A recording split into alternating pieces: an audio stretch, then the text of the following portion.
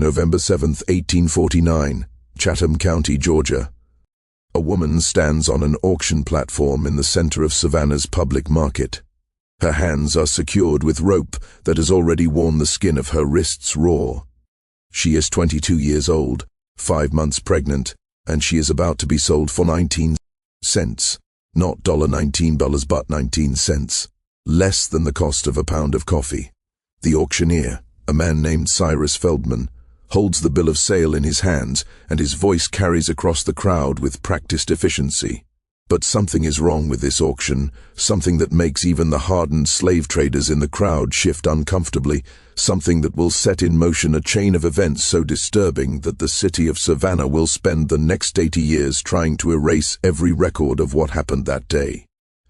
Tonight we reveal the truth they buried, and we will follow this woman's story to its shocking conclusion. A conclusion that involves murder, betrayal, and an act of resistance so brutal that when it was finally discovered in 1931, the authorities immediately sealed the evidence and forbade anyone from speaking about it publicly. This is the story they never wanted you to hear. Before we go any further into what happened in Savannah on that November morning, I need you to do something important. Subscribe to this channel right now. Hit that notification bell because stories like this, stories that expose the darkest chapters of American history, these are the stories that get buried, suppressed, forgotten. And I want to know, where are you watching from? Drop your city or country in the comments. Let's see how far this story reaches. Let's build a community that refuses to let these truths disappear. Now, let's continue. The woman standing on that platform has a name, though it appears in official records only twice, and both times it is spelled differently. In the bill of sale from her previous owner, she is listed as Dinah. In the coroner's report filed 6 years later, she is called Diana. For our purposes, we will call her Dinina, because that is the name she used when she finally spoke, when she finally told her story to the one person who listened. Dinina was born in 1820 on a rice plantation outside Charleston, South Carolina. She never knew her father. Her mother, a woman named Patience, worked in the fields from sunrise until long after dark, her hands permanently stained green from rice stalks, her back bent from years of labor that would eventually kill her when Dinina was just 11 years old. After Patience died, Dinina was sold to a tobacco merchant in Charleston, a man named Cartwright, who needed domestic help for his growing household. Elias was 43 years old, married to a woman named Constance, and father to 4 children ranging in age from 6 to 15. He was also a deacon at the First Presbyterian Church, a member of the Charleston Chamber of Commerce, and by all public accounts, a respectable businessman who treated his property, human and otherwise, with appropriate Christian values. That was the public account. The private reality was something else entirely. Dinina worked in the Cartwright household for 3 years, from age 11 to 14. She cleaned, she cooked, she cared for the younger children, she did everything that was demanded of her. And Elias Cartwright watched her. He watched her in that particular way that enslaved women learn to recognize, that predatory attention that signaled danger, that made survival require constant vigilance. When Dinina turned 14, Elias's attention became something more than watching. It became action. What happened between them, if we can even use that word between, as though there was any equality or choice involved, what happened was rape. Systematic, repeated, sustained over years. Dinina had no power to refuse. Enslaved women had no legal right to deny their owners anything. The law did not recognize their bodily autonomy. The law considered them property, and property cannot be violated because property has no self to violate. Constance Cartwright knew. She knew because enslaved women who worked in close quarters could not hide pregnancy. She knew because Dinina's body changed in ways that made the truth unavoidable. But Constance did not confront her husband. She confronted Dinina. She accused Dinina of seduction, of tempting a good Christian man, of deliberately destroying the sanctity of a godly household. The blame, in Constance's worldview, lay entirely with the 16-year-old girl who had no power to say no, rather than with the 46-year-old man who had absolute power to take whatever he wanted. In March of 1843, Denina gave birth to a daughter. The child was noticeably light-skinned, her features clearly indicating mixed parentage. Elias Cartwright refused to acknowledge the child as his. He named her Ruth, had her registered in his property ledger as the offspring of his servant Dinah, father unknown, and continued his life exactly as before. Constance demanded that Denina and the baby be removed from the main house. They were relocated to the servants' quarters, a cramped structure behind the main residence where 6 other enslaved people lived in conditions that barely qualified as shelter. Denina raised Ruth while continuing to work in the Cartwright household. She nursed her daughter at night after 16-hour days of labor. She sang to her in whispers, songs her own mother had sung, songs that carried memories of Africa, of freedom, of a world before chains. And she watched as Ruth grew, as the child's features became increasingly undeniable evidence of who her father was, as the resemblance to Elias Cartwright became so obvious that neighbors began to whisper, to speculate, to understand what everyone had always known, but politely ignored. In 1847, when Ruth was 4 years old, Elias Cartwright sold her. He sold her to a slave trader named Marcus Pennington for $400, a standard price for a healthy child of that age. He sold her on a Tuesday morning, without warning Denina, without allowing goodbyes, without permitting the mother even a final moment with her daughter. Denina was working in the kitchen when she heard Ruth screaming from the front of the house. By the time she ran outside, the child was already gone, loaded into a wagon that was disappearing down the street, her small hands reaching back toward the only home she had ever known. Denina collapsed in the street. The other enslaved people in the household had to carry her inside. For 3 days she did not speak, did not eat, barely moved. She had entered a state of grief so profound that it resembled death itself, and perhaps she wished it was, but she did not die. Her body refused her that mercy. Instead, she survived, and survival meant returning to work, meant continuing to serve the man who had raped her and then sold the child born of that rape, meant functioning in a world designed to destroy her humanity piece by piece. 2 years later, in the summer of 1849, Denina became pregnant again. The father was Elias Cartwright. There was no question about this, no ambiguity. Constance Cartwright's fury was immediate and absolute. She could tolerate one incident, one child, one public embarrassment. But a second pregnancy made the situation undeniable, made it impossible to maintain the fiction that Denina was a seductress and Elias an innocent victim of temptation. A second pregnancy revealed the truth, that Elias Cartwright was a man who repeatedly raped an enslaved woman he owned, who had been doing so for years, who showed no intention of stopping. Constance gave Elias an ultimatum: get rid of her. I will not have that woman in my house bearing your children while I live under the same roof. Sell her, trade her, give her away. I do not care, but she leaves this household within the month, or I will make this situation public in ways that will destroy your reputation permanently. Elias understood the threat. His position in Charleston society depended on maintaining respectability. Wealthy men were expected to be discreet about their violations of enslaved women, whispered about perhaps, but never openly acknowledged. A wife publicly accusing her husband of serial rape of his property, that would cross a line that even Charleston's tolerant attitude towards slavery could not ignore. So Elias made arrangements. He contacted a business associate in Savannah, a merchant named William Hadley, who owed him money from a failed cotton investment.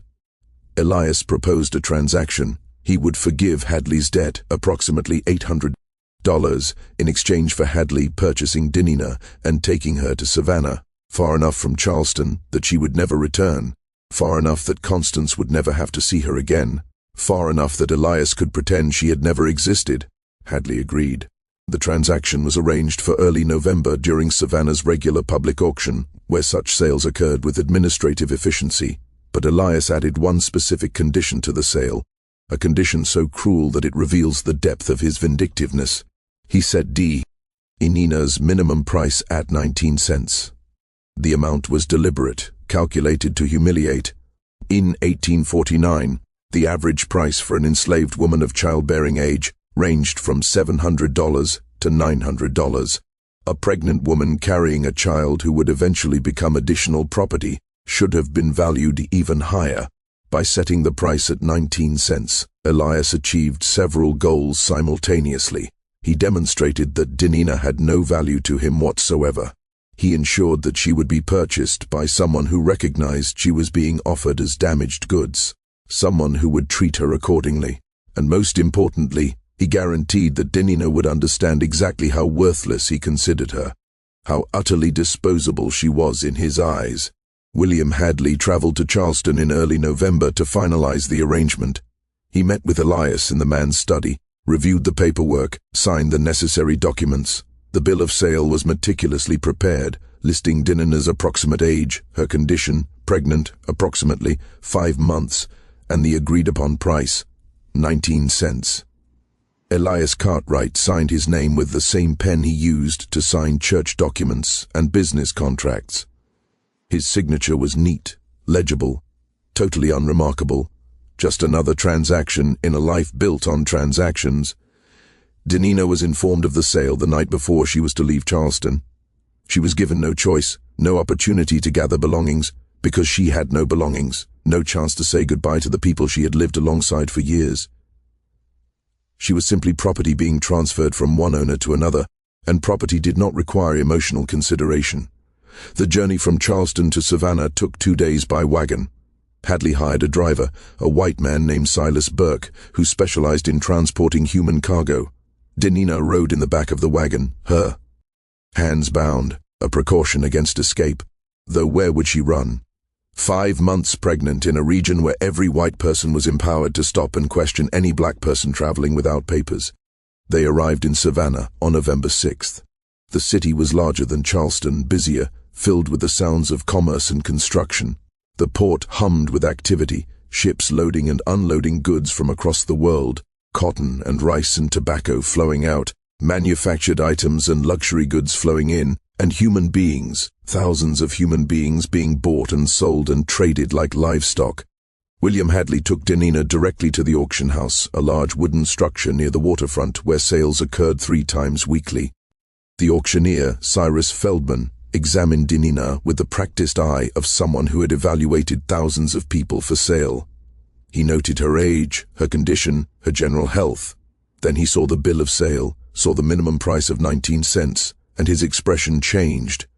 "Something is wrong with this one," Feldman said to Hadley. "What is it? Disease, injury, mental deficiency?" "Nothing like that," Hadley replied. "She is healthy, able to work. The child appears viable. Then why 19 cents? The seller wanted her gone quickly. "It is a personal matter, family dispute." Feldman understood immediately. This woman had done something, or had something done to her, that made her previous owner want her removed from his household. The low price was a signal, a warning to potential buyers. "This property comes with complications." "You will include that in the auction description," Feldman said. "I will not misrepresent her condition and risk my reputation." Hadley agreed. He did not care how Feldman presented Dinina to the crowd. He simply wanted to complete the transaction, collect his compensation for the D.T. Elias had forgiven, and move on with his business. The auction was scheduled for the following morning, November 7th at 10 a.m. Dinina spent the night in a holding cell beneath the auction house, a damp stone room where people awaiting sale were kept like animals in pens. She did not sleep. She sat with her back against the cold wall, her hands resting on her stomach, feeling the child move inside her. This child who would be born into slavery, who would never know freedom, who would belong to William Hadley or whoever purchased them at auction, who would live and die as property unless something changed, unless the entire system collapsed. And in November of 1849, that seemed as likely as the sky opening up and God himself descending to pass judgment on the men who built their fortunes on human suffering.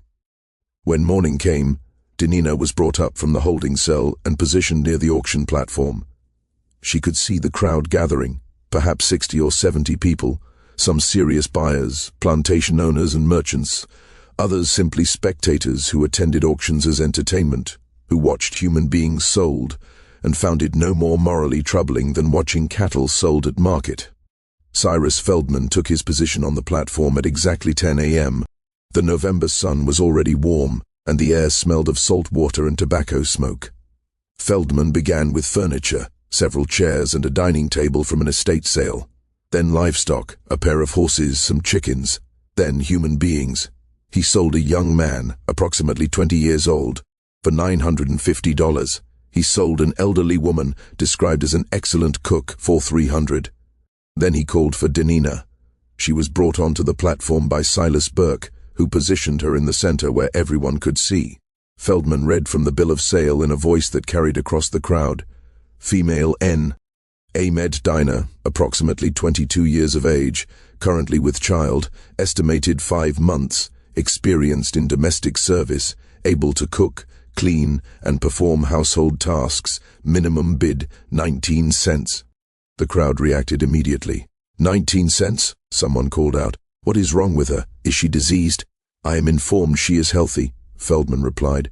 The price reflects a personal matter between the seller and the property, not a deficiency in the property itself.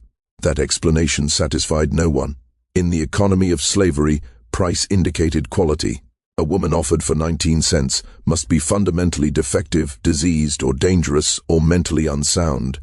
No rational buyer would risk investment on someone being sold at such an insultingly low price unless they knew something others did not. Several men who had been preparing to bid immediately lost interest. They turned away, focused their attention on the next items up for auction. But 3 men remained interested. The first was William Hadley himself. He had arranged this auction specifically to acquire Denina to fulfill his agreement with Elias Cartwright. He stood near the front of the crowd, waiting for the moment to bid.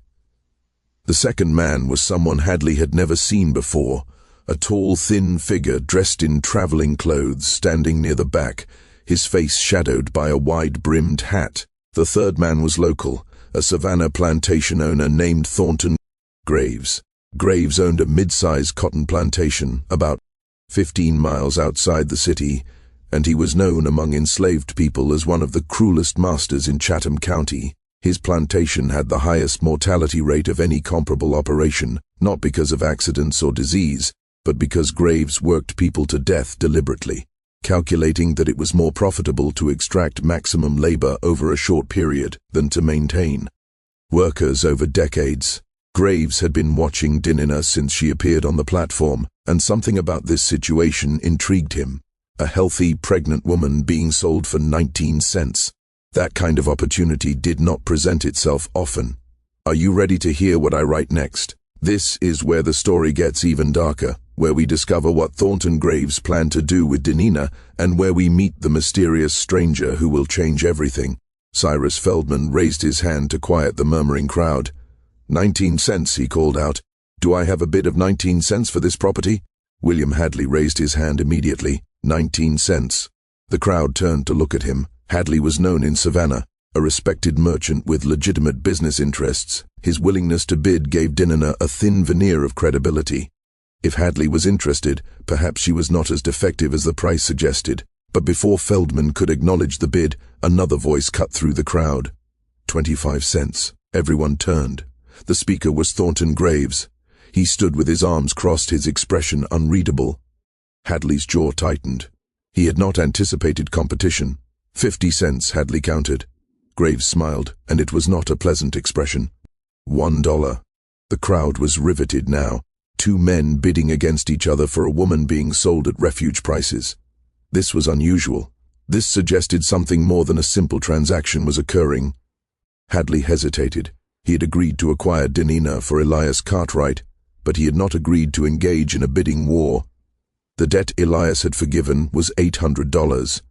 If Hadley had to spend significant money to acquire Denina, he would be operating at a loss. $2, Hadley said, his voice tight. Thornton Graves took a step forward. He was enjoying this, enjoying the public attention, enjoying the knoll. DGE that he was making Hadley uncomfortable. $5, Graves called out, and there was a challenge in his tone, a dare for Hadley to continue. Hadley looked at Cyrus Feldman, then back at Graves. He was calculating risks, weighing costs. Finally, he shook his head and stepped back. Graves had won. $5 once, Feldman called out. $5 twice. Then the stranger in the back of the crowd spoke. $10. Every head turned. The man had removed his hat now, and his face was visible, weathered, scarred along the left cheek, his eyes the color of winter sky. He looked to be in his mid-30s, and there was something about his bearing that suggested military service, or perhaps time spent in occupations where violence was routine. "Who are you?" Feldman asked. The question was not hostile, simply procedural. Auctioneers needed to know who was bidding, needed to verify that buyers had actual means to pay. "My name is Jacob Marsh. I am new to Savannah. I have business in the city and require domestic help." "Do you have $10, Mr. Marsh?" Jacob Marsh approached the platform. He reached into his coat and withdrew a leather purse. From it he counted out silver dollars, placing them one by one on the podium where Feldman stood. "I do." Thornton Graves was staring at Marsh with open hostility now. He did not like being outbid, did not like strangers disrupting what he'd assumed would be an easy acquisition. $15, Graves said. $20, Marsh replied without hesitation. $30, $50. The amounts climbed. $100. The crowd gasped. $100 was a reasonable price for a healthy enslaved woman, but it was far above what anyone had expected this auction to reach. Graves was making a statement. He was showing that he would not be outbid, that he had resources beyond what some traveling stranger could match. Jacob Marsh met Graves's stare. For a long moment, he said nothing. Then he spoke, and his voice carried across the crowd with absolute clarity. $200. The silence that followed was complete. $200 exceeded the rational value of this transaction by any measure. Even accounting for Danina's pregnancy, even assuming the child survived and became valuable property in the future, $200 represented an investment that would take years to recoup. Thornton Graves understood what was happening. This was no longer about money, this was about dominance, about refusing to yield, and Graves had built his entire life on refusing to yield. $300, Graves said. His voice was hard now, angry. $350, Marsh counted. $400, $500. The amounts climbed. $600, $700, $800. When the bidding reached $1,000, William Hadley quietly left the auction house. He had no interest in participating further, and he needed to send a message to Elias Cartwright, explaining that the simple transaction they had arranged had become something else entirely, something complicated and expensive and potentially dangerous. At $1,200, Thornton Graves stopped bidding, not because he lacked funds, but because he suddenly understood that Jacob Marsh would continue bidding until Graves bankrupted himself. This stranger was not trying to acquire property. He was trying to destroy whoever opposed him. $1,200 once, Feldman called out. His voice was uncertain now. This auction had spiraled beyond anything in his experience. $1,200 twice. He looked at Thornton Graves, giving the man one final opportunity to bid. Graves shook his head, his face flushed with humiliation and rage. Sold to Mr. Jacob Marsh for $1,200. The crowd erupted in conversation. $1,200 for a woman who had been offered at 19 cents. The story would spread through Savannah by nightfall, would become legend, would be repeated and embellished. Until no one remembered the actual facts, only the mythology. But Danina, standing on that platform throughout this entire exchange, her hands still bound, her pregnancy visible beneath the thin dress she wore, Danina understood something the crowd did not. She understood that she had just been purchased by a man willing to spend a fortune to prevent her from being purchased by someone else. And that meant Jacob Marsh either knew something about her that made her extraordinarily valuable, or he knew something about Thornton Graves that made preventing Graves from acquiring her worth any price. Either possibility terrified her. The paperwork was completed within the hour. Jacob Marsh paid the $1,200 in cash, counted out in gold coins that he produced from a leather bag he carried. Cyrus Feldman prepared the deed of sale, listing Danina's description, her approximate age, her condition. At the bottom of the document, in the space for the buyer's signature, Jacob Marsh wrote his name in neat, careful script. By law, Danina was now his property. Thornton Graves watched this transaction from across the auction house, his expression dark with fury. When Marsh turned to leave, leading Dinina toward the exit, Graves intercepted him. "Mr. Marsh, a word." Jacob Marsh stopped. He did not release Dinina's arm. When he turned to face Graves, his expression was carefully neutral. "Mr. Graves, you have made a poor investment. That woman is not worth half what you paid, perhaps. Then why did you bid so aggressively?" "Because I wanted her, and I have the means to pay for what I want." Graves took a step closer. "You are new to Savannah, so perhaps you do not understand how things work here. Certain people are accustomed to certain courtesies. When I am bidding on property, others generally defer." "Is that so?" Marsh said. His tone was mild, but there was something it, something cold. "Then perhaps you should have bid higher." The two men stood facing each other, and the tension between them was palpable, dangerous. Finally, Graves stepped back. "Enjoy your purchase, Mr. Marsh. I am sure you will find her everything you hoped for." He turned and walked away, but Dinina could see the rigidity in his shoulders, the barely contained violence in his movements. This was not over. Men like Thornton Graves did not accept public humiliation quietly. Jacob Marsh led Dinina out of the auction house and into the street. The November sun was high now, and the city was busy with midday activity. Marsh walked quickly, not roughly, but with purpose, as though he wanted to put distance between himself and the auction house as rapidly as possible. They reached a wagon parked 2 blocks away, a simple farm cart with a canvas cover. Marsh helped Dinina climb into the back, his touch impersonal but not cruel.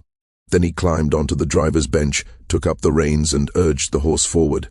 They rode in silence through Savannah's streets, past storefronts and residences, past the city market where vendors sold vegetables and fish, past the cathedral with its Spanish architecture, past the boundary where urban development gave way to forest and farmland. Only when they were well beyond the city limits, when the road had narrowed to a dirt path surrounded by pine trees and palmetto scrub, did Jacob Marsh finally speak. "My name is Jacob Marsh. You will call me that, or you will call me Sir, whichever you prefer. I am not going to hurt you, I am not going to sell you, and I am not going to force myself on you. Do you understand?" Dinina said nothing. She had heard promises before, had learned that men said many things to gain compliance, that words meant nothing without actions to support them. Marsh continued, "I know you do not true to me. I would not trust me either if I were in your position.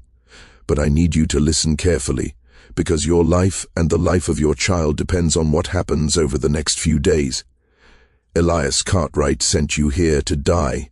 Not immediately, not obviously, but he arranged circumstances to ensure that you would end up with someone who would work you to death or worse.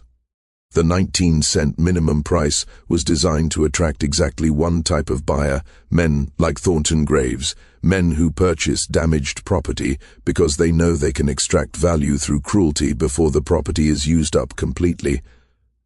Dinina's blood ran cold. "How do you know about Elias?" "I know a great deal about Elias Cartwright," Marsh said. "I know he raped you repeatedly over a period of years. I know he fathered at least one child with you, a daughter named Ruth. I know he sold that child to erase evidence of his crimes. And I know he sent you here to ensure you would never return to Charleston to cause him embarrassment." Dinina felt tears burning behind her eyes, but she refused to let them fall. Crying was weakness, and she could not afford weakness. "Who are you?" "A friend," Marsh said, "or at least a friend of people who were your friends." He reached into his coat and withdrew a folded piece of paper. Without taking his eyes from the road, he handed it back to Dinina. "Read it." Dinina unfolded the paper with trembling hands. The handwriting was unfamiliar, but the words made her breath catch. "Dinina, if you are reading this, you have been purchased by Jacob Marsh, and that means the first part of our plan succeeded. Jacob works with people who help enslaved people reach freedom. He has been preparing for your arrival in Savannah for 3 months. Trust him. Do what he says. He is risking his life to help you." The letter was unsigned, but at the bottom, carefully drawn, was a small symbol, a bird in flight, wings spread wide. Dinina recognized it immediately. It was the mark her mother had taught her, the mark women in their family had used for generations to identify themselves to each other, to say, "I am here, I am with you, I have not forgotten." "Where did you get this?" Dinina whispered. From a woman in Charleston named Bethy, Marsh said. She is elderly, works as a cook in Elias Cartwright's household. She has been watching you for years, watching what Elias did to you, what Constance allowed to happen. When she learned you were being sent to Savannah, she contacted people she knew, people who operate what we call the Underground Railroad. Those people contacted me. Denina's mind reeled. Bethy had been part of the Cartwright household for decades, so old and seemingly harmless that white people stopped seeing her as a person at all, simply as furniture that occasionally moved and performed tasks. But Bethy had been watching, had been connected to networks Denina had never suspected existed, had arranged this rescue. The Underground Railroad, Denina said slowly. I have heard stories. Stories are true, Marsh confirmed. There are people, black and white, who help enslaved people escape to free states, to Canada, to places where the law does not recognize property rights in human beings. It is dangerous, illegal, and it requires careful planning, but it is possible. You are saying you are going to help me escape. I am saying I am going to try. Whether we succeed depends on many factors, most of which are outside my control. The most immediate danger is Thornton Graves. What about him? Marsh's hands tightened on the reins. Graves is not just a cruel plantation owner. He is also a slave catcher. He makes additional income hunting fugitives, returning them to their owners for reward money. He has connections throughout Georgia and South Carolina, men who owe him favors, men who will help him if he asks. And I just humiliated him publicly, spent $1,200 to prevent him from acquiring you. He will want to know why. He will investigate. And if he discovers that I am involved with the Underground Railroad, he will come after both of us. Then we need to leave, Denina said. We need to go now, tonight, as far and as fast as possible. We cannot, Marsh said. Not yet. Why not? Because Graves will be watching the roads out of Savannah. He will have men at checkpoints, asking questions, looking for anyone matching our descriptions. If we run immediately, we will be caught within 2 days. Then what do? We hide in plain sight. Marsh turned the wagon onto a smaller path, barely visible through the underbrush. We go to a place Graves would never think to look, and we wait until he stops watching so carefully. Then we move. Where is this place? You will see. They traveled deeper into the forest, following paths that seemed to exist more as animal trails than as roads meant for wagons. The afternoon light filtered through the canopy in dusty shafts, and the air smelled of decaying vegetation and standing water. Finally, after nearly an hour of slow progress, they emerged into a clearing. In the center stood a cabin, small and weathered, its walls made of rough-hewn logs, its roof covered with wooden shingles that had turned gray with age. Smoke rose from a stone chimney, indicating someone was inside. Marsh stopped the wagon and climbed down. He helped Denina descend, then led her toward the cabin door. Before he could knock, the door opened. The woman who stood in the doorway was perhaps 50 years old, her hair wrapped in a blue cloth, her dress simple but clean. Her skin was dark, her eyes sharp and assessing. When she saw Denina, her expression softened. You got her. I did. Any trouble? More than expected, Marsh said. Thornton Graves was at the auction. The woman's face hardened. Graves, that man is a demon. Did he see you? He saw me bid against him and win, so he knows my face, he knows I exist. Whether he knows anything else remains to be seen. The woman stepped aside, gesturing for them to enter. Inside, the cabin was larger than it appeared from outside. A fire burned in the hearth, and the room smelled of cooking, something with beans and salt pork. There was a table, several chairs, a bed in the corner. Another woman, younger, perhaps 30, sat at the table, mending a shirt. She looked up when Denina entered, and her eyes widened. Lord have mercy. She is just a child. Denina is 22, Marsh said. She is stronger than she looks. The older woman moved to Denina, took her hands, examined her face with the intensity of someone looking for signs of illness or injury. What is your name, child? Denina. I am Sarah.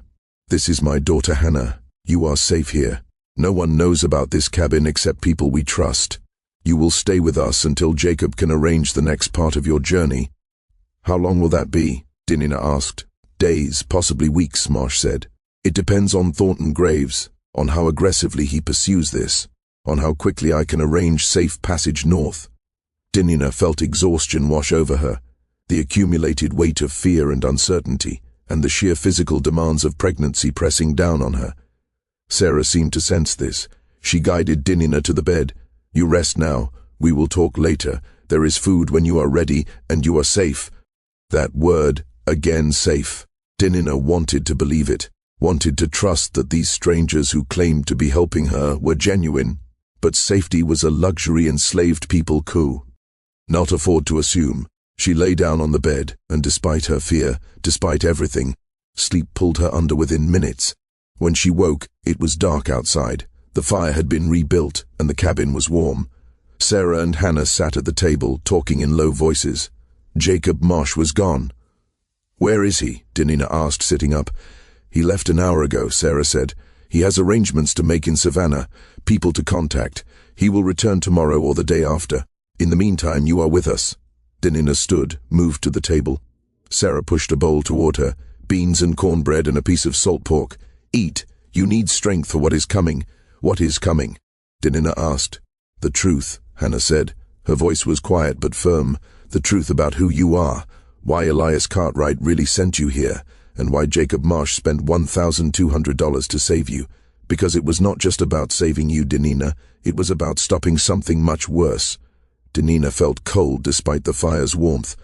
"What are you talking about?" Sarah and Hannah exchanged a glance. Then Sarah spoke, and what she said made Dinina's world tilt. "Elias Cartwright did not send you to Savannah simply to get rid of you. He sent you here because he knew Thornton Graves would buy you, and he knew what Graves does to pregnant women he acquires at auction. He has a pattern, a system, and you were supposed to be his next victim. The sealed room exists to bring you stories like this. Stories that expose the mechanisms of historical evil. Stories that refuse to let the past stay buried. If you appreciate what we do here, hit that like button, share this video with someone who needs to hear this truth, and subscribe so you never miss a story. Now, let's discover what Sarah and Hannah know about Thornton Graves, and why Dinina's pregnancy made her a target for something even worse than slavery itself. Sarah stood and moved to a wooden chest in the corner of the cabin. She opened it and withdrew a leather-bound journal, its pages yellowed with age. She brought it to the table and placed it in front of Dinina. This journal belonged to a woman named Abigail. She died 2 years ago of consumption, but before she died, she wrote down everything she knew, everything she had witnessed about what happens on Thornton Graves's plantation. Sarah opened the journal to a marked page. "Read it." Dinina looked down at the careful handwriting. The entries were dated, organized chronologically, written in the voice of someone who knew she was documenting evidence for a future that might never come. The first entry Dinina read was dated March 1845. "Today I saw them bring in another one. Her name is Rachel. She is pregnant, maybe 6 months, and they bought her at auction for almost nothing because the seller said she was difficult. Mr. Graves keeps her separate from the rest of us in the old tobacco barn at the edge of the north field. I am not allowed near there. None of us are, but at night I can hear her crying." The next entry, April 1845, "Rachel is gone. They say she died in childbirth, that both she and the baby died, and they buried them somewhere past the tree line. But I do not believe it. I heard the baby crying 2 nights ago. I heard it clear as anything, a newborn's cry. And then I heard it stop suddenly, like someone made it stop. And Rachel, I saw her 3 days ago when they moved her from the barn to the main house. She did not look like someone about to give birth. She looked like someone who had already given birth, and something had gone very wrong." Dinina's hands shook as she turned the page. Another entry, June 1846. "There is a new one now. Her name is Margaret. Same as before. Pregnant, bought cheap, kept say. Parrot. Mr. Graves visits the barn every night. I do not know what he does there, but Margaret screams and no one is allowed to help her. Mrs. Graves acts like it is not happening, like those screams are just wind or animals. But we all hear it, we all know." Another entry, August 1846. "Margaret disappeared last week. They say she ran away, but that makes no sense. She was 8 months pregnant and could barely walk. Where would she run? How would she survive? No, she did not run. Something happened to her. Same as Rachel. Same as the one before Rachel whose name I never learned. This is a pattern, this is systematic, and no one stops it because Mr. Graves has money and power, and the law protects him instead of us." Dinina looked up at Sarah. What is this? What was Graves doing to these women? We do not know exactly, Sarah said, but we know enough. Over the past 10 years, Graves has purchased at least 7 pregnant women at auction, always for suspiciously low prices, always women who were being sold because of personal disputes or complications with their previous owners. He takes them to his plantation, keeps them isolated, and within months they disappear. Some are reported as dying in childbirth. Others are claimed to have run away, but none of them are ever seen again. And the babies? Dinina whispered. What happens to the babies? That is the question we cannot answer, Hannah said. Some of the women who work at Graves's plantation have reported hearing infants crying, but they never see the children. It is as though the babies vanish as completely as their mothers. Dinina felt nausea rising. She thought about Rachel and Margaret and the unnamed woman before them, thought about 7 women over 10 years, thought about 7 babies who had simply disappeared. What kind of monster does this? Sarah closed the journal. A monster protected by law. Thornton Graves is wealthy, respected in certain circles, a member of the Savannah Planters Association.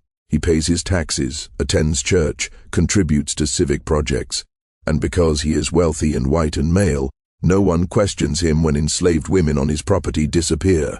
The law assumes he has the right to dispose of his property however he sees fit.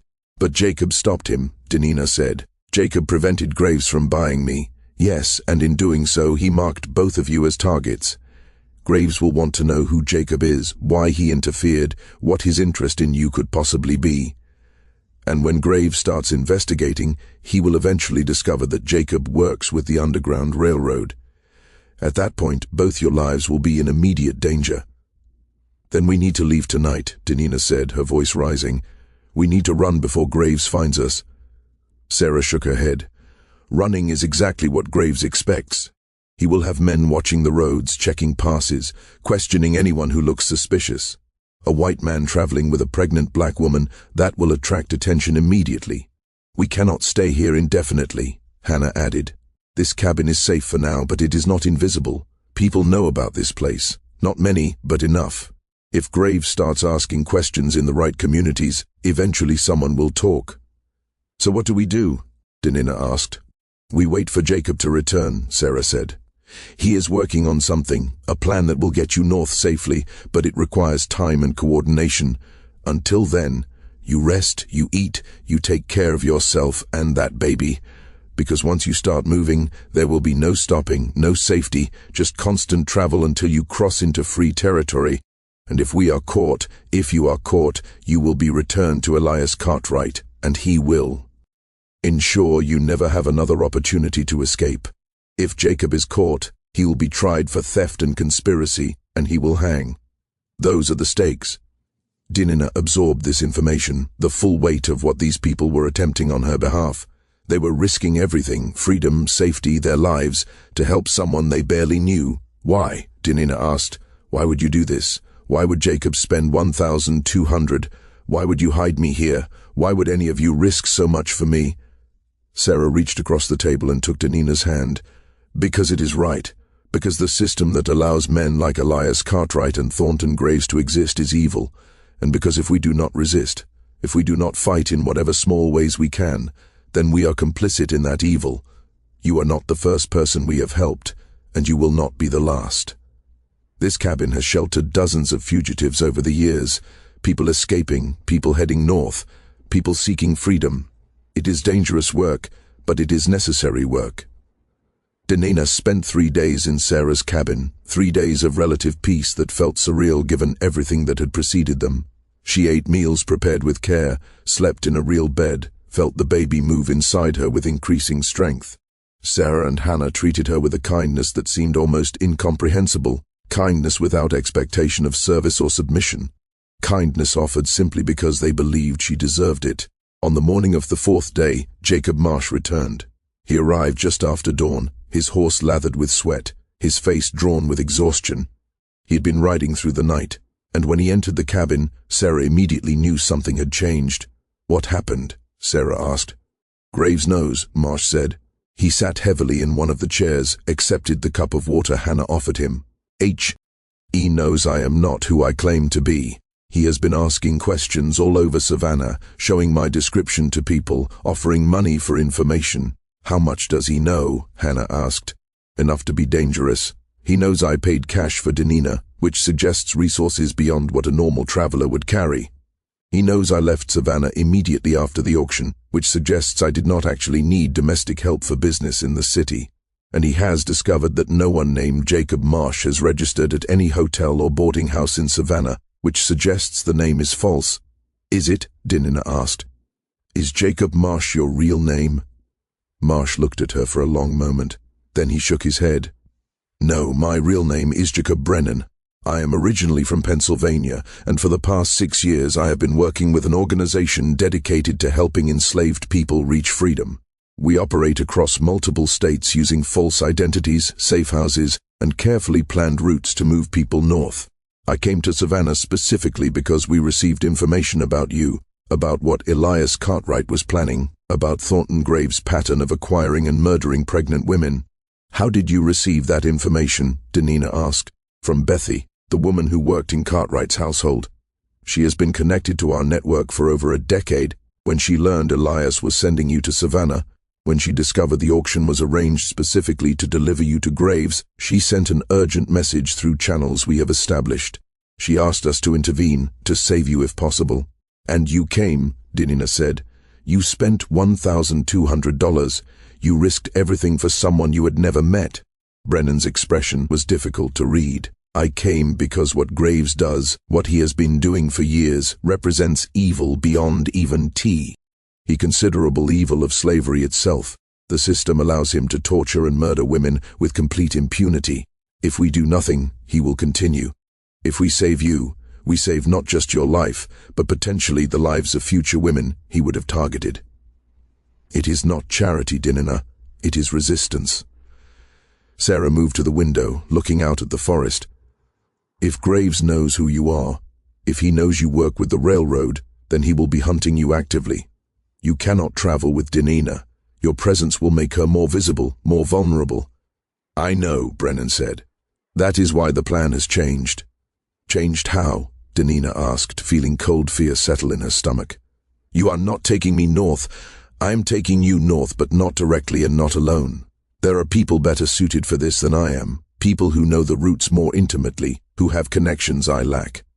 I am arranging for you to meet a conductor named Thomas Garrett. He operates out of Wilmington, Delaware, and he has successfully guided over 200 people to freedom. But Wilmington is hundreds of miles from here, Hannah said. How will she reach him? By water, Brennan said.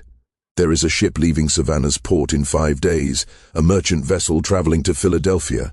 The captain is sympathetic to our cause. He has agreed to hide Denina in the cargo hold, to transport her as far as Wilmington, where Garrett will be waiting. Once she reaches him, he will take her the rest of the way to Canada. And you? Sarah asked. What happens to you? I disappear. I have other identities, other places I can go. Graves will hunt Jacob Marsh, but Jacob Marsh will cease to exist. The man he is looking for will simply vanish. Denina tried to process this information. She would be traveling alone, hidden in the cargo hold of a ship, trusting her life to strangers whose connection to her was a shared commitment to destroying the system that enslaved her. It was terrifying, but it was also her only chance. When do I leave for the ship? Denina asked. Tomorrow night we will move after dark. Travel through routes Graves will not be watching. The captain is expecting you, and he has prepared a hiding place below deck where you will remain for the duration of the voyage. It will be uncomfortable, perhaps even dangerous if the weather turns rough, but it is safer than traveling overland where Graves has influence. What about my baby? Denina said, her hand moving instinctively to her stomach. What if I go into labor during the voyage? The captain has experience with such situations, Brennan said, though his voice carried uncertainty. He has carried pregnant women before, and he knows how to assist if necessary. But I will not lie to you, Denina. Childbirth at sea is dangerous. If complications arise, medical help will be limited. I understand, Denina said, though she did not fully understand, could not fully comprehend the risks she was about to accept. But she knew one thing with absolute certainty. Staying in Georgia meant death. If not from Graves, then from someone like him. If not immediately, then eventually. If not for her, then for her child. At least running north offered possibility, however slim. Sarah moved to Denina and embraced her. "You are braver than you know, child. You are going to survive this. You and that baby both. You are going to reach freedom, and when you do, you remember us. You remember that there were people who fought for you." That night, Denina could not sleep. She lay in the darkness, listening to Sarah's breathing, to the sounds of the forest outside, to the movement of her child within her body. She thought about Ruth, her daughter sold away 2 years earlier, wondered where that child was now, whether she was alive, whether she remembered her mother at all. She thought about the 7 women who had been purchased by Thornton graves. 7 women whose names had been erased from history as thoroughly as their bodies had been erased from the world. She thought about Elias Cartwright, about the man who had raped her repeatedly and then arranged for her to be murdered to protect his reputation. And she thought about the people helping her. Bethy in Charleston, Jacob Brennan risking his life, Sarah and Hannah opening their home, a ship captain she had never met agreeing to hide her, Thomas Garrett waiting in Delaware to guide her to Canada, all of these people connected by networks of resistance, by a shared commitment to undermining the system that made Elias Cartwright and Thornton graves possible. It was beautiful and tragic in equal measure, this underground web of humanity asserting itself against inhuman laws. The next evening, as darkness settled over the forest, Jacob Brennan prepared the wagon. He covered Denina with canvas, arranging it to look like he was transporting supplies rather than a human being.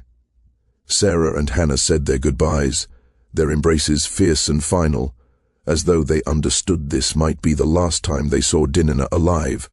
The journey to Savannah took 4 hours, traveling slowly along back roads, avoiding main thoroughfares where checkpoints might be established. Brennan said almost nothing during the trip, his attention focused entirely on watching for signs of danger, for riders who might be Graves's men, for any indication they were being followed. They reached the waterfront just before midnight. The docks were quieter at this hour, but not empty. Dock workers loaded cargo onto ships, preparing for dawn departures. Sailors moved between vessels. Night watchmen patrolled with lanterns. Brennan guided the wagon to a warehouse near the far end of the wharf, a large wooden structure that smelled of tar and rope and salt water. He stopped the wagon beside a side door, then climbed down and helped Denina emerge from beneath the canvas. A man appeared from the shadows, tall and lean, perhaps 50 years old, his face weathered by years at sea. "You are Brennan," the man said. "I am, and this is Denina." The captain, his name was Samuel Porter, studied Denina with an expression that might have been sympathy or might have been calculation. "She is further along than I expected. 5 months, Brennan said. Will that be a problem? It increases risk, but it is manageable. Come, we need to get her aboard before the watch rotation changes." They moved quickly through the warehouse and out onto the dock. The ship was a 3-masted merchant vessel, perhaps 90 feet long, its hull dark with age and weather. A gangplank connected the dock to the deck, and Porter led them up without hesitation. Once aboard, he guided them below deck, down a narrow ladder into the cargo hold. The space was cramped and dark, filled with crates and barrels and coils of rope. The air smelled of mildew and something organic that might have been rotting fruit. Porter moved to the far end of the hold and pulled aside several crates, revealing a small space behind them, perhaps 5 feet by 3 feet, barely large enough for a person to lie down. "This is where you will stay for the duration of the voyage," Porter said. "I will bring you food and water twice daily, but you cannot leave this space, cannot make noise, cannot allow yourself to be discovered. If the crew finds you, I cannot protect you. The voyage will take approximately 7 days, depending on weather and wind. Can you endure that?" Denina looked at the cramped space, at the darkness, at the impossibility of what was being asked. Then she nodded. "I can endure it." "Good," Porter said. "When we reach Wilmington, I will bring Thomas Garrett to you. He will take you from there. Until then, you trust no one except me. You make no sound, and you pray that the weather holds." Brennan stepped forward. He reached into his coat and withdrew a small cloth bundle.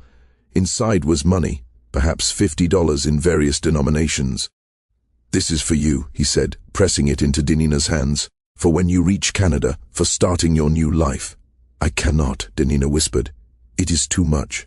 "You can and you will," Brennan said. His voice was firm. "You are going to survive this, Denina. You are going to reach freedom. And when you do, you are going to build a life for yourself and your child. A life where no one owns you, where no one can take your children, where you are fully human under the law. That is what we are fighting for. That is why we risk everything.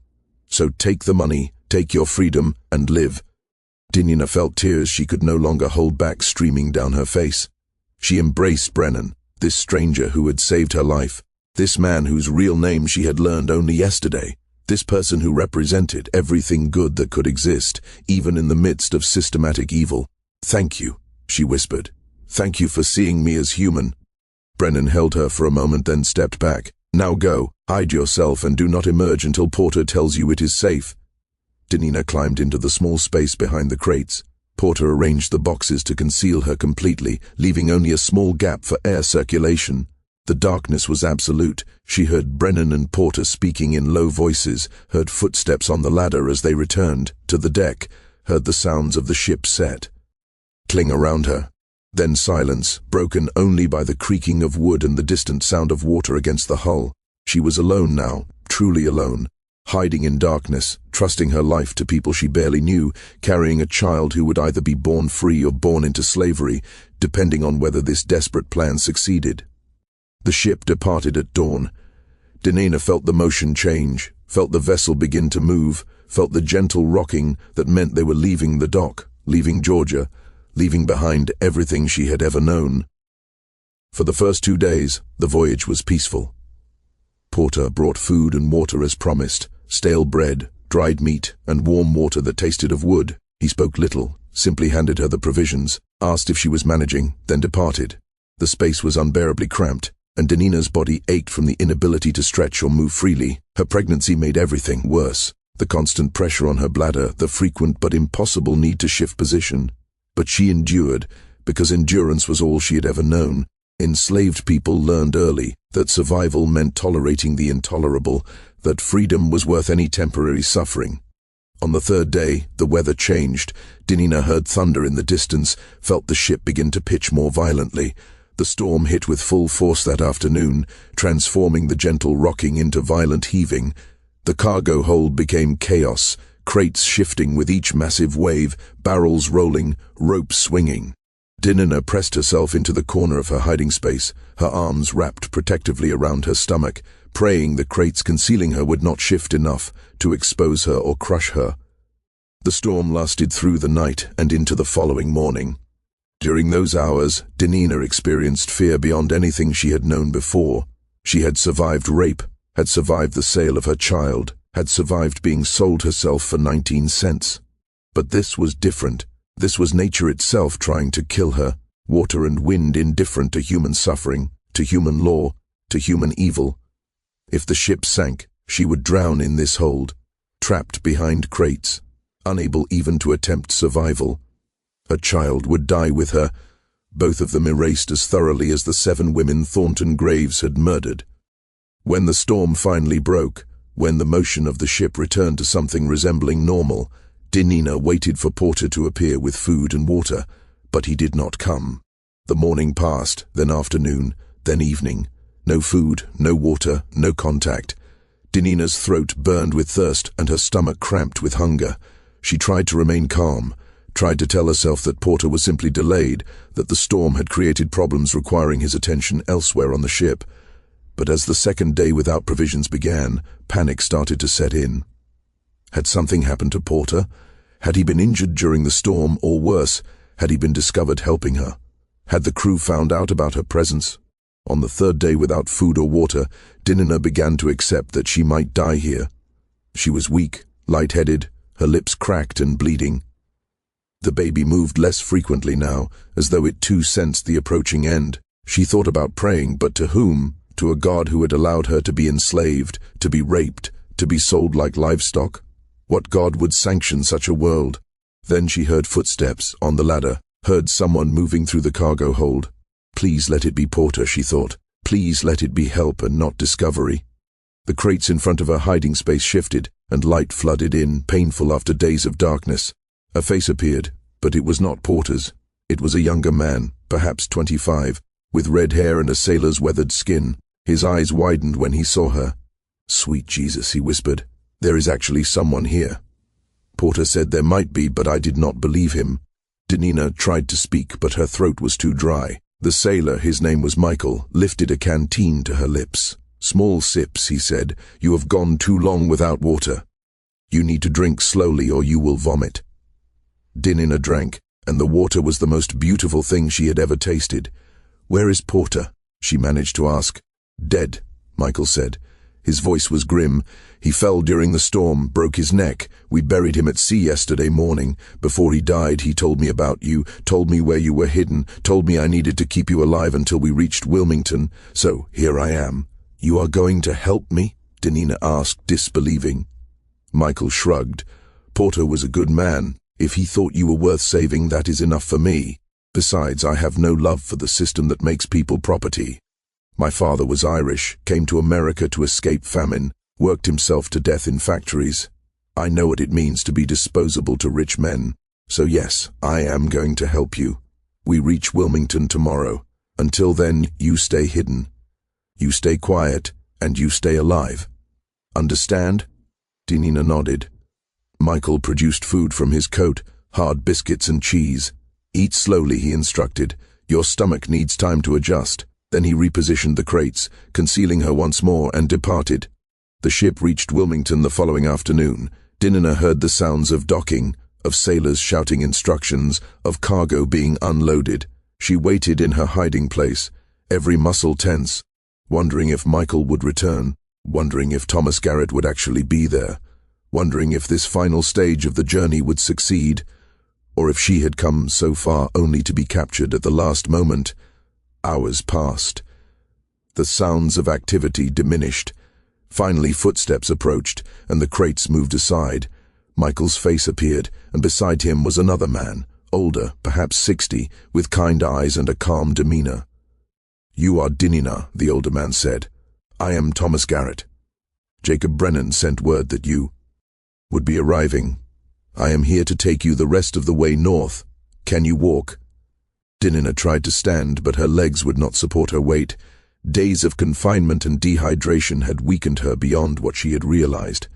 Garrett and Michael lifted her carefully, carried her up the ladder and onto the deck. The sun was setting, and the light made Denina's eyes water. She could see the Wilmington docks, could see buildings beyond, could see free territory for the first time in her life. "We need to move quickly," Garrett said. "There are people in this city who would gladly return you south for reward money. My wagon is waiting. We travel tonight." They carried Denina off the ship and into a waiting wagon. Garrett covered her with blankets, and they began to move through Wilmington streets. "Where are we going?" Denina asked. "To a safe house first, where you can rest and recover your strength, then north through Pennsylvania and New York to Canada. The journey will take weeks, possibly months, depending on your condition and the baby, but we will get you there, Denina. I have never lost anyone I have guided, and I do not intend to start with you."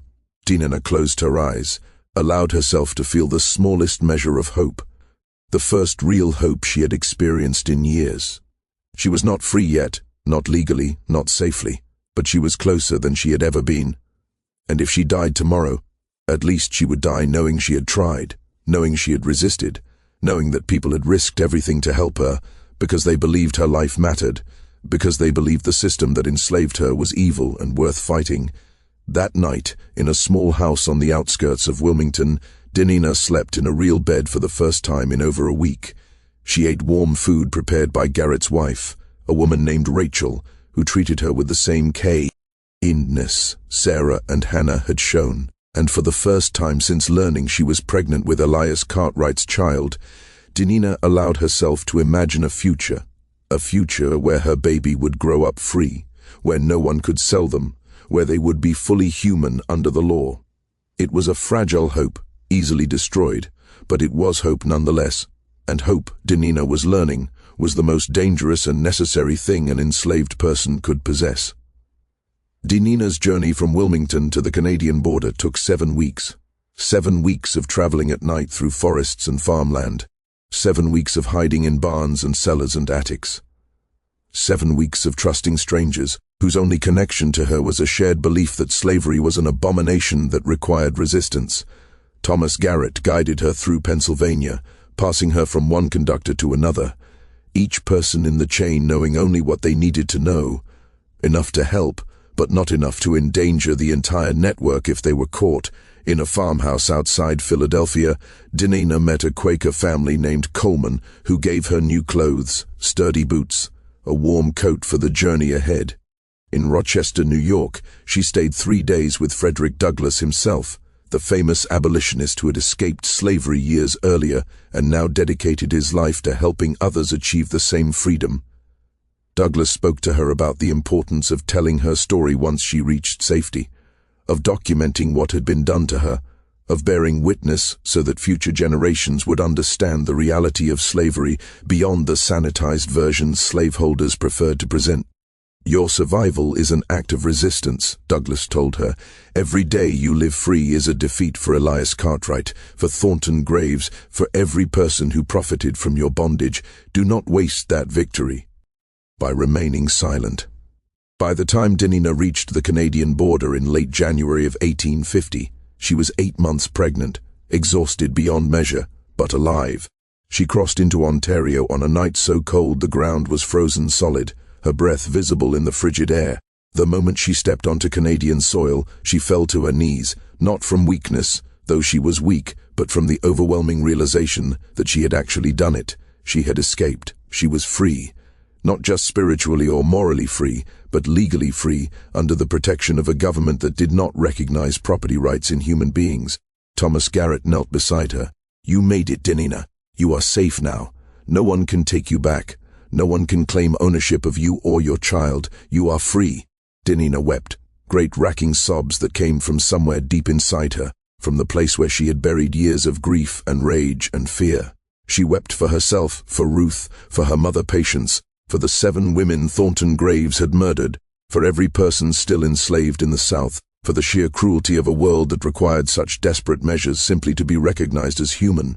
Garrett helped her to her feet, and they walked the final mile to a settlement of formerly enslaved people who had established a community near the border.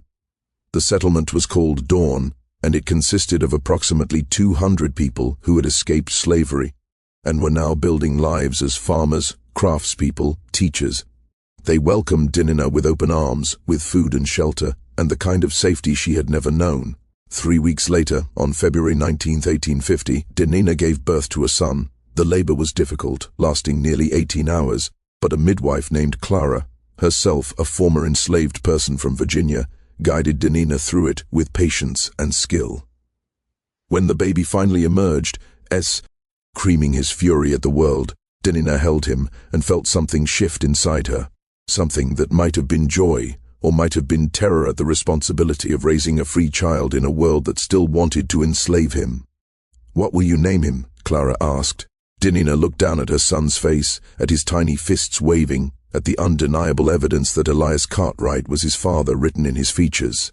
For a moment she considered naming him after someone she had loved, after her mother, or after William, the person she might have wanted his father to be. But then she thought about all the people who had helped her reach this moment, all the people who had risked everything, and she made her decision.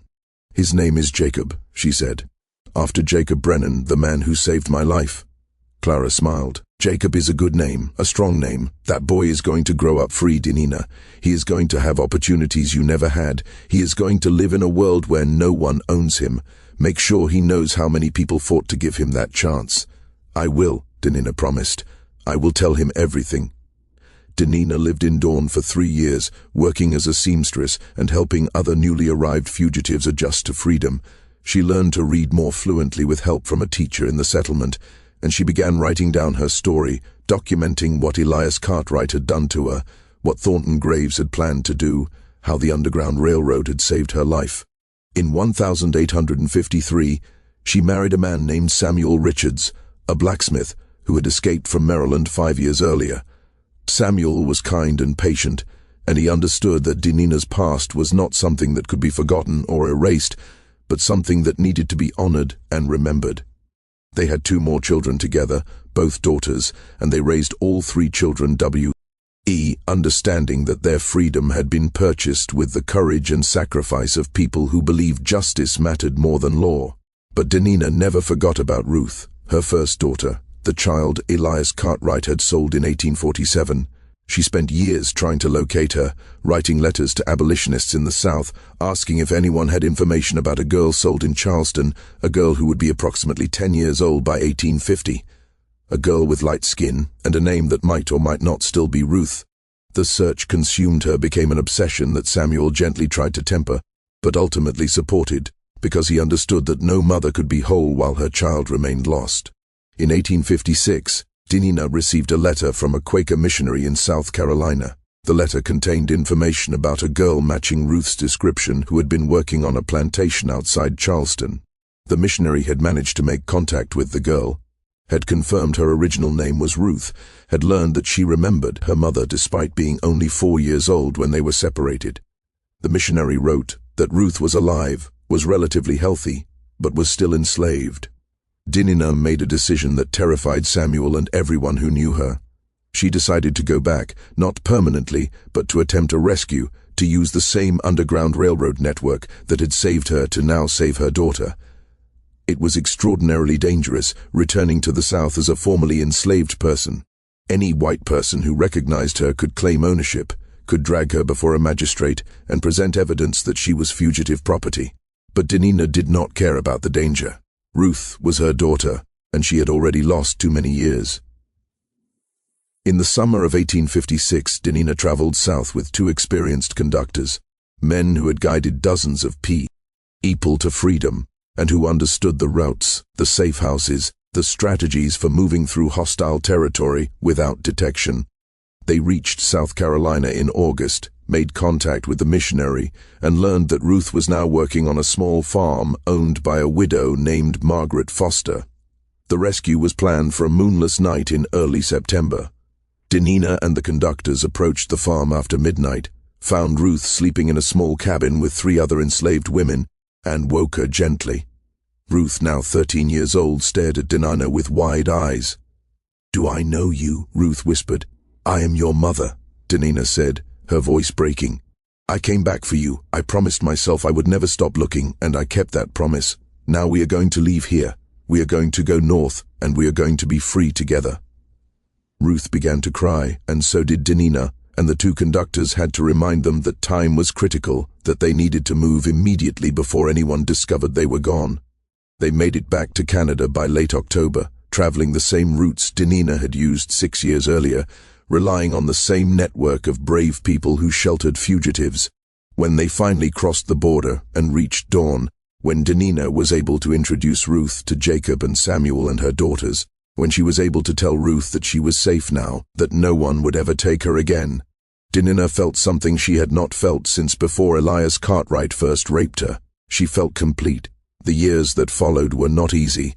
Freedom did not erase trauma, did not heal wounds that ran so deep, but they were years of building, of creating a life defined by choice rather than coercion, of raising children who understood their history and their responsibility to fight for those still enslaved. Denina continued to work with the underground. Railroad, continued to help other fugitives, continued to document stories that needed to be told. And she never stopped thinking about Thornton Graves, about the 7 women he had murdered, about the evil that men could commit when the law protected them instead of holding them accountable. She wondered if Graves had continued his pattern after she escaped, if other women had been purchased and disappeared, if anyone would ever stop him. The answer came in 1863, in the middle of the Civil War, when Union forces occupied Savannah. A regiment of black soldiers, formerly enslaved men now fighting for their freedom, was stationed at various plantations in Chatham County. One of those plantations belonged to Thornton Graves, though Graves himself had fled south ahead of Union advancement, abandoning his property to avoid capture. The soldiers who occupied Graves's plantation began exploring the property, searching for hidden valuables, for weapons, for anything that might be useful to the Union cause. A sergeant named Isaiah Freeman, a man who had escaped from slavery in Alabama 3 years earlier and joined the Union Army to fight against the system that had enslaved him, was searching the old tobacco barn at the edge of the north field when he noticed something strange. The floor of the barn was wooden planks, but in one corner the planks seemed newer than the rest, as though they had been replaced recently. Freeman pried up the planks and discovered a space beneath, a cellar that had been deliberately concealed. What he found in that cellar would haunt him for the rest of his life. There were bodies, 8 women, buried in shallow graves, their remains wrapped in canvas, their skulls showing evidence of violence, and beside them, smaller remains. Infants, some appearing to be newborns, others perhaps a few months old, all dead, all buried in secret, all hidden by a man who had used the law to acquire them, and then used isolation to murder them without consequence. Freeman reported the discovery to his commanding officer, a white captain from Massachusetts named Henry Clark. Clark documented the findings, took testimony from enslaved people who had worked at Graves's plantation, people who confirmed that Graves had purchased pregnant women at auction, had kept them isolated in the barn, and that those women and their babies had subsequently disappeared. The testimony was consistent, detailed, damning. Thornton Graves had been operating a murder factory for over a decade, using the auction system to acquire victims, using the law's indifference to enslaved people's lives to avoid detection, using his wealth and status to ensure no one questioned him. Captain Clark prepared a full report, intending to use it as evidence of the barbarity of slavery, as proof that the system enabled not just exploitation but systematic murder. But the report never saw publication during the war. Military priorities took precedence, the evidence was filed away, and in the chaos of Reconstruction, it was forgotten. Thornton Graves himself was never prosecuted. He died in 1867 in Mississippi, living under an assumed name, having escaped justice entirely. His estate was never settled, his crimes never officially acknowledged. The women he murdered were never identified beyond the general descriptions in Captain Clark's report. Their names lost, their families never notified, their bodies buried in unmarked graves on a plantation that was eventually sold and subdivided and developed until no trace remained of what had happened there. The report itself sat in military archives for decades, occasionally examined by historians researching the Civil War, but never given significant attention. Then in 1931, a graduate student at Emory University named Patricia Whitmore, working on her thesis about slavery in coastal Georgia, discovered the report while reviewing Union Army documents. She read Captain Clark's testimony, read the descriptions of the bodies found in the tobacco barn cellar, read the testimony from formerly enslaved people about Thornton Graves' pattern of purchasing and murdering pregnant women. And she realized she had discovered evidence of crimes that had never been prosecuted, atrocities that had been buried both literally and figuratively. Patricia attempted to publish her findings, prepared an article for a historical journal detailing what she had uncovered, but before publication could occur, she received a visit from a lawyer representing the Graves family. The lawyer explained that Thornton Graves' descendants were prominent citizens in Savannah, that public revelation of these crimes would damage their reputations irreparably, and that the family was prepared to take legal action to prevent publication. Patricia, young and lacking resources to fight a prolonged legal battle, withdrew her article. But she kept her research, kept copies of all the documents, kept Captain Clark's report and the testimony and the evidence. She placed everything in a sealed envelope with instructions that it should not be opened until 50 years after her death. Patricia Whitmore died in 1974, and in accordance with her instructions, the envelope was opened in 2024. The contents were donated to the National Museum of African American History and Culture, where they remain available for researchers. The report confirms that Thornton Graves purchased at least 8 pregnant women between 1843 and 1862, that all of them disappeared while in his possession, and that their remains, along with the remains of their infants, were discovered in a concealed cellar in 1863. The report does not contain the women's names, does not provide information about where they came from or who their previous owners were, simply lists them as victims of systematic murder, enabled by a legal system that treated them as property rather than as human beings deserving of protection.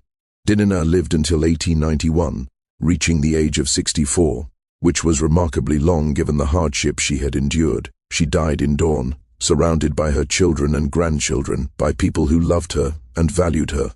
In her final years, she had continued to tell her story to anyone who would listen, had continued to document the evil of slavery, had continued to insist that the nation needed to confront its history honestly rather than constructing comfortable mythologies about benevolent masters and contented enslaved people.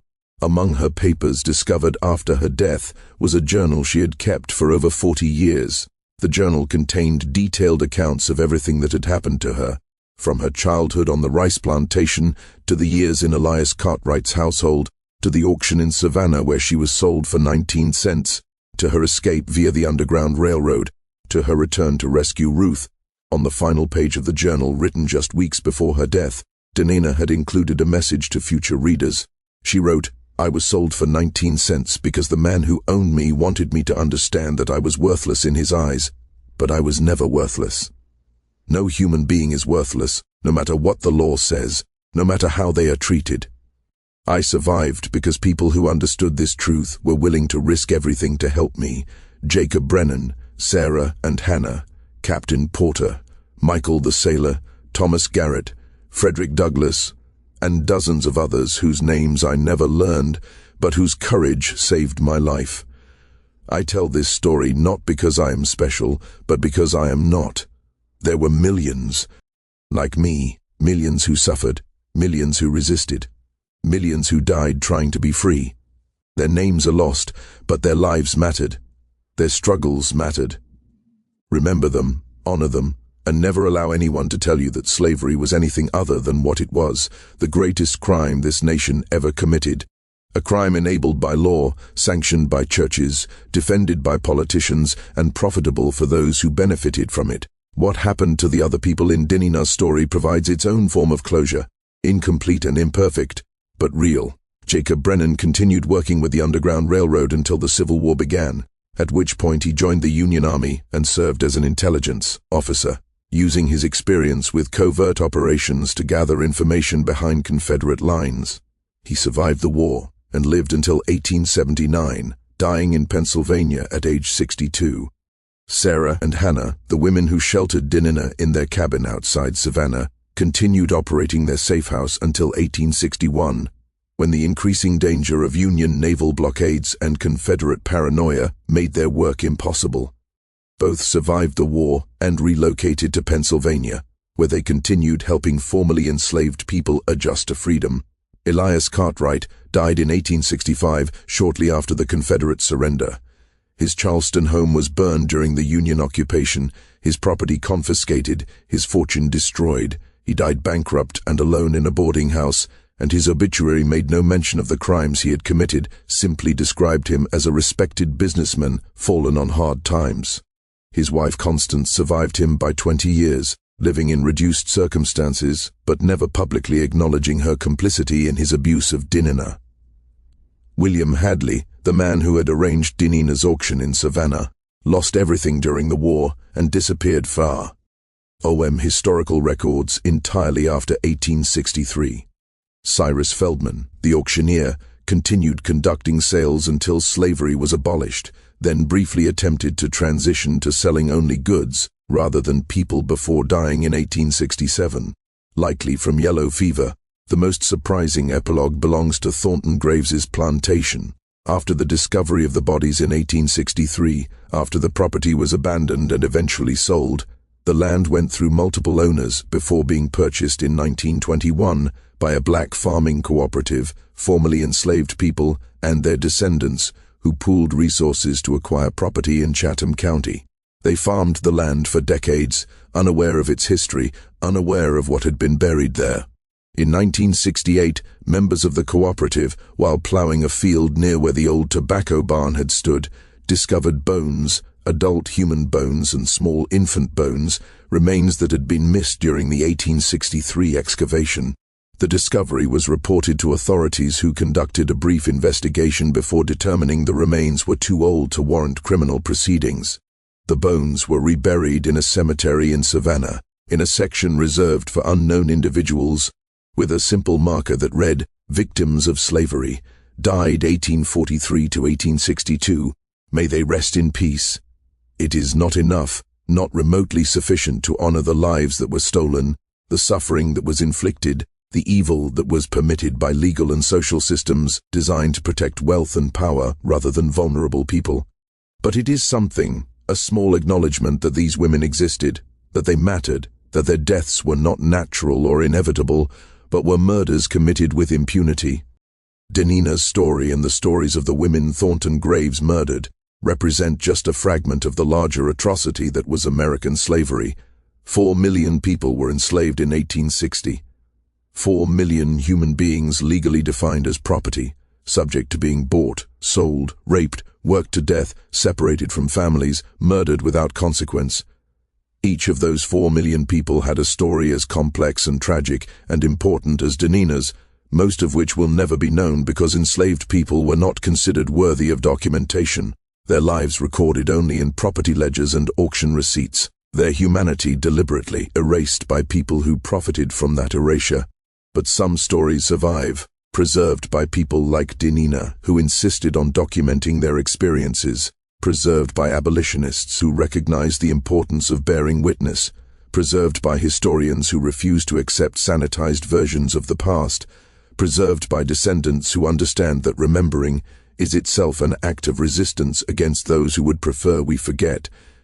This is why we tell these stories here, why we dig into archives and uncover evidence that powerful people tried to bury, why we insist that the truth matters, even when that truth is uncomfortable, even when it forces us to confront the reality that our nation was built in part on systematic evil, that our laws once sanctioned atrocities, that people we might have considered respectable, church-going, family-oriented, were capable of committing or enabling horrors we struggle to comprehend. Denina was sold for 19 cents because Elias Cartwright wanted to demonstrate that she was worthless. But her survival, her escape, her rescue of her daughter Ruth, her 40 years of freedom, and her insistence on documenting her story prove exactly the opposite. She was invaluable, not because of her economic productive or her usefulness to white people, but because she was human, because her life had inherent worth that no auction could diminish, no law could erase, no amount of cruelty could destroy. What do you think about Denina's story? Do you believe enough has been done to remember the victims of slavery like the women Thornton Graves murdered? How do we honor the courage of people like Jacob Brennan and Sarah and Hannah who risked everything to help others?